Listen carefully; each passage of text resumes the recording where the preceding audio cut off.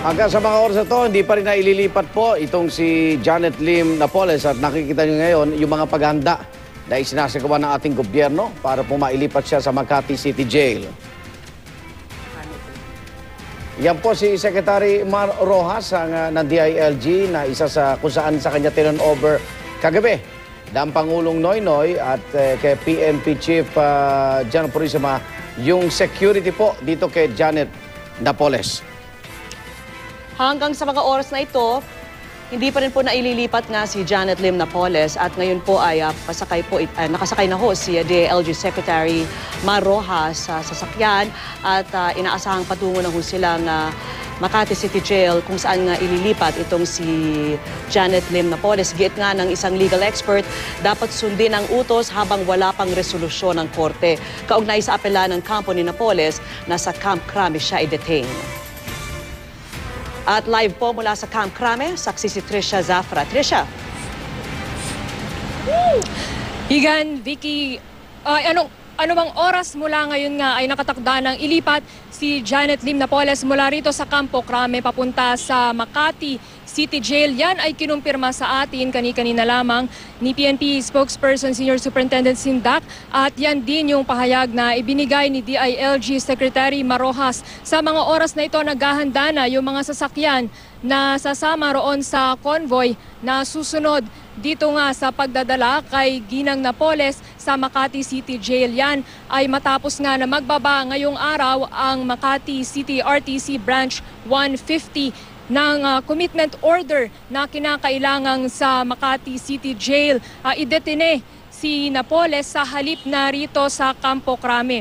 Samantala sa mga oras na ito, ayan ang nakikita nating live na kuha sa ating video ay nakaantabay pa rin yung mga miyembro ng media dito nga sa nakatakda ng pag-alis ni Janet Napoles mula rito sa National Headquarters ng Philippine National Police sa Campo Crame. Kanina sinabi rin ng tagapagsalita ng PNP na si Senior Superintendent Sindak na bago na isa sa kanilang mga naging paghahanda sa pagbiyahe nila papuntang Makati ngayong gabi ay yung pagkuha raw ng o yung pag-check up kay Janet Lim Napoles para masiguro na ligtas rin yung kanyang kalusugan. Bukod dyan, kanina pa nga rin may mga ilang oras nang naka-standby sa lobby nitong headquarters ng PNP yung mga miyembro ng Special Action Force na inatasan nga na mga laga sa seguridad nitong paglipat kay Ginang Napoles papunta sa Makati City Jail ngayong gabi. Igan, Vicky? Trisha, na-verify na ba yung banta sa kanyang seguridad? Kung gaya't ganyang karami, halos yung magbabantay sa kanya paglipat sa Makati City Jail? Alam mo, Igan, yung impormasyon na hawak ko hanggang ngayon ay yung pa rin nakuha mula kanina dahil kabibigay lamang ng mga panibagong pahayag ni na Secretary Mar Rojas nito nga bago siya sumakay sa kanyang sasakyan ngayon ngang bago ilipat itong si Ginang Napoles papuntang Makati City Jail. As of kanina yung hawak kong impormasyon, Igan, ay hindi pa nila na-verify o napipinpoint kung kanino galing yung threat, ano yung nature ng threat at saan ito nanggagaling, Igan. At yan nga yung antabayanan natin dito mamaya. Mabanggit ko lang din, Igan, nandito naman yung kasama rin nating si Mav Gonzales na nakaantabay rin dito nga sa gagawing paglipat kay Janet Lim Napoles mula rito sa Camp Crame papunta sa Makati City Jail. At yung impormasyon na yan ay maya-maya lang, Igan, ay tsaka makukuha rin natin, Igan. Trisha, may impormasyon ba tayo kung sino ang makakasama nga ng negosyanteng si Mrs. Napoles papuntang Makati City Jail?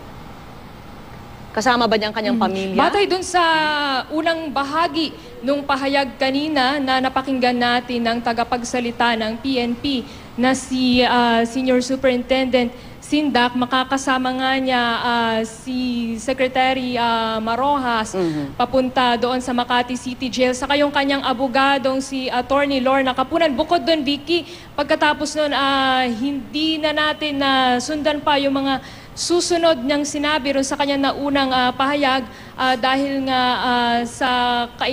kailangan na nating ihatid itong pinakabagong impormasyon na ito ngayon na nanggagaling dito sa Camp Crame sa ating mga manonood, Vicky. Samantala, habang inaantabayanan natin yan, Vicky, Yes, narito yung ulat hinggil nga ron sa prosesong dinaanan ni Ginang Napoles at yung opinyon ng legal expert tungkol sa pagbaba ng commitment order ng Makati City RTC Branch 150. Okay. Saan siya mananatili dito sa Makati City Jail? Sa loob ba ng kulungan o may special holding area siya, Tricia? Igan, pakiulit yung tanong. Saan siya ilalagak? Diretso ba siya sa kulungan o may holding area siya doon sa Makati City Jail?